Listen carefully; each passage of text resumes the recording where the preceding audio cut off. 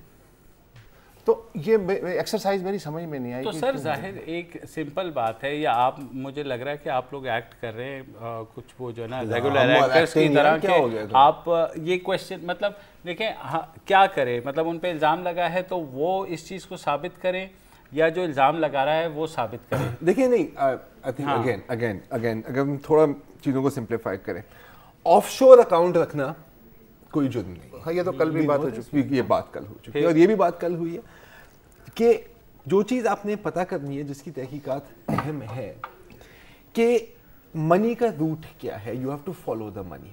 ٹھیک ہے, انکم یہ جو پیسے وہاں پر ڈپازٹ ہوئے ہیں یہ کہاں سے آئے, کن مقاصد کے لیے استعمال کیے. No one can. یہی تو پرابلم ہے نا. تو سر یہ میں نہیں کہہ رہا کہ وہ ریٹائرڈ جج صاحب کیا کر لیں گے جو نیب نہیں کر سکتی ہے, ایف آئی اے نہیں کر سکتی, وہ جج صاحب کیا کر لیں گے. دوسری بات یہ ہے نہیں کیا یار, کچھ نہیں کیا, سب جائز ہے. ٹھیک ہے, جس ملک نے آپ کو بلندی پہ پہنچایا, ایک انڈسٹریل فیملی بنایا بقول آپ کے, اور آپ نے سارا کا سرمایہ پوری زندگی اسی جگہ سے کمایا ہے یار, یہاں بھی export processing tax free zones ہیں. آپ کا مسئلہ اگر یہ تھا آف شور کمپنی کیوں قائم کی جاتی ہے, تاکہ ٹیکس کم لگے. ٹھیک ہے, اگر یہاں مسئلہ تھا تو ہتار ہے, گوادر ہے, اور بہت سے ہیں جہاں کے آپ انویسٹمنٹ کر سکتے تھے اور وہ آپ کا پیسہ جو ہے وہاں رہتا.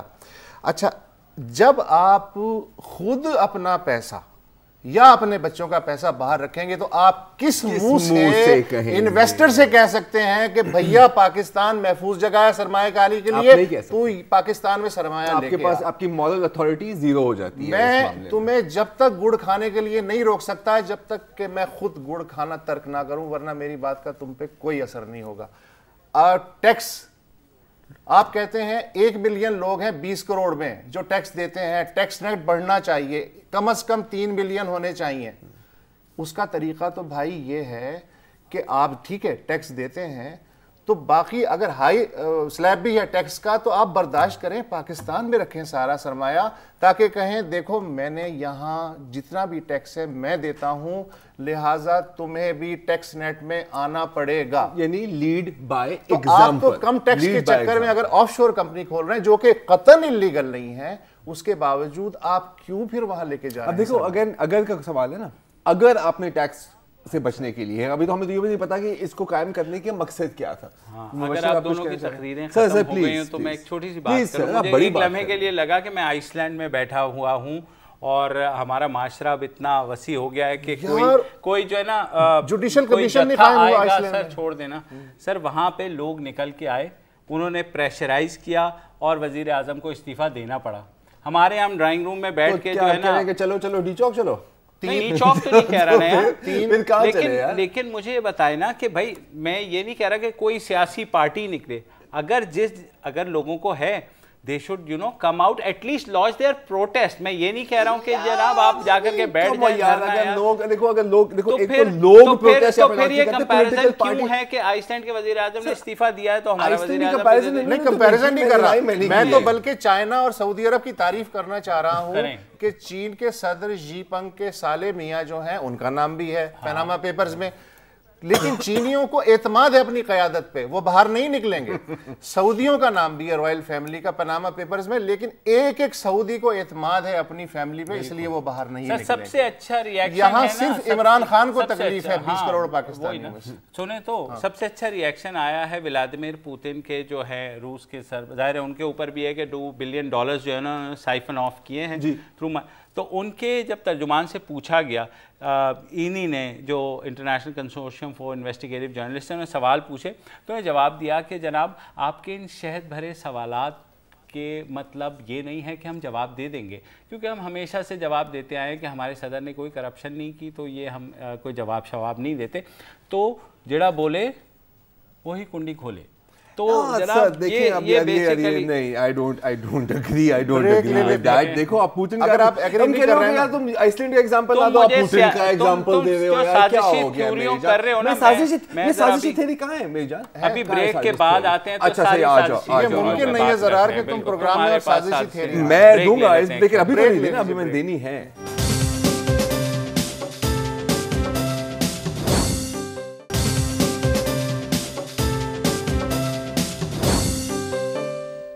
ویلکم بیک جی. اور مبشر زیدی کی ریکویسٹ ہے کہ ہم ایک دم ہی کنسپریسی تھیوریز میں چلے جائیں. ہم جائیں گے, لیکن اس سے پہلے میں صرف ایک چیز کہنا چاہوں گا کہ اسپیچ کر دی وزیر اعظم صاحب نے, ٹھیک ہے, مانا کہ اور کچھ زیادہ ابھی نہیں کہہ سکتے تھے, لیکن اگر کم کلین کرنا ہے تو جوڈیشل کمیشن اپنی جگہ بہت اچھی بات ہے, بالکل آپ اسٹیبلش کریں, لیکن آپ صرف منی ٹریل ہمیں بتا دیں, پیسے کہاں سے آئے, کہاں گئے, کس مقصد کے لیے گئے. یہ اگر ہو جائے تو مطلب ان کی اپنی پبلک ریلیشنز کے لیے یہ ایک وکٹری ہوگی.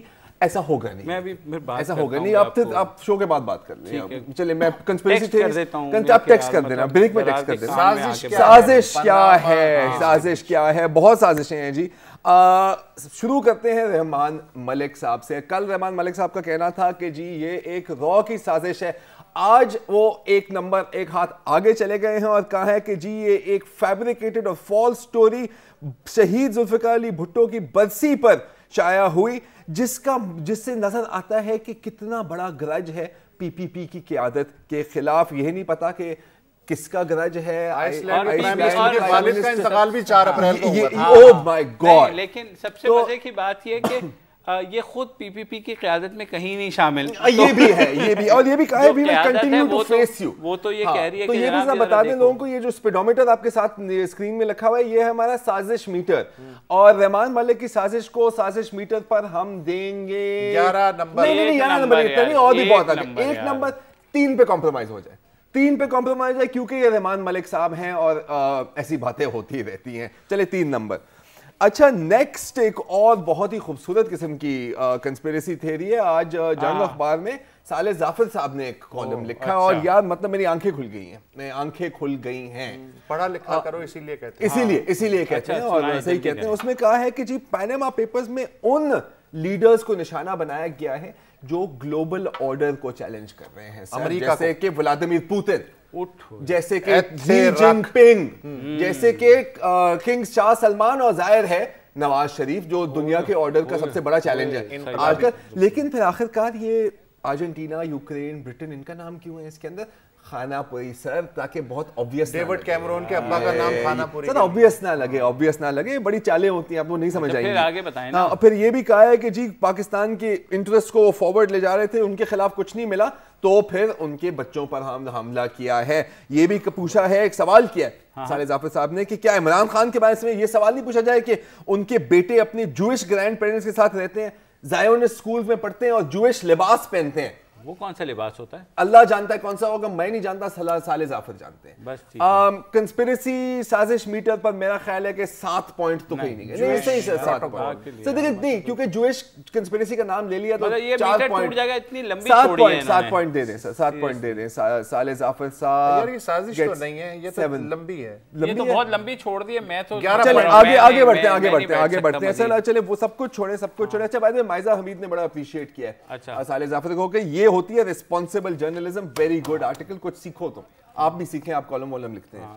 ٹھیک, اچھا اوکے, موونگ آن. پھر ظاہر ہے کہ پاکستانی ٹویٹر میں بھی بڑی کنسپیریسی تھیوریز چلتی ہیں. آج ایک آپ کے بھائی نے ایک چھوٹا سا ہیش ٹیگ سٹارٹ کیا تھا پیناما سازش کے نام سے, اس میں کچھ بڑی مزیدار انٹریز آئی ہیں, جیسے کہ حسن زیدی صاحب نے کہا کہ یار یہ دیکھو کتنی حیرت کی بات ہے کہ را اتنا طاقتور ہو گیا ہے کہ شریف فیملی اور رحمان ملک کو نیچے دکھانے کے ساتھ ساتھ آئس لینڈ کے وزیر اعظم سے بھی استعفیٰ لے لیا ہے. ناٹ بیڈ بٹ ناٹ صالح ظافر. اور پکڑو خلبوشن کو, ہاں, اور پکڑو خلبوشن کو. یہ دیکھو یہ ہوتا ہے, اور اس بات کے ثبوت مجھے مل گیا ہے کہ اللہ میاں ہی اس ملک کو بچا رہا ہے, کیونکہ را تو بہت تکڑی ہے یار.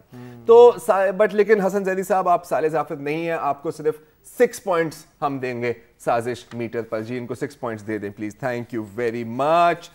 پھر ہے ہماری ریگولر ویور نورین سلطان صاحبہ کا بالکل آپ کے ساتھ اتفاق کر رہی ہیں کہ یہ اسی لیے ہوا ہے کیونکہ آج کل ڈی چوک تھوڑا خالی لگ رہا تھا. پچھلا دھرنا بھی ختم ہو گیا, 2-3 دنوں میں ہیلی کاپٹر پہ چپلیں چلیں, لیکن مزہ نہیں آیا, کوئی ڈی جے وی جے ایکشن نہیں ہوا. کہ آپ جائیں تو مزہ آئے گا بالکل. تو آئی تھنک 6 پوائنٹس دے دیں اس پہ, یا کم کریں, کیا کنسنسس دے جلدی سے, یا ٹائم 6.5 کا کوئی گنجائش نہیں ہے, 6 پہ ہم چلے متفق ہو جاتے ہیں.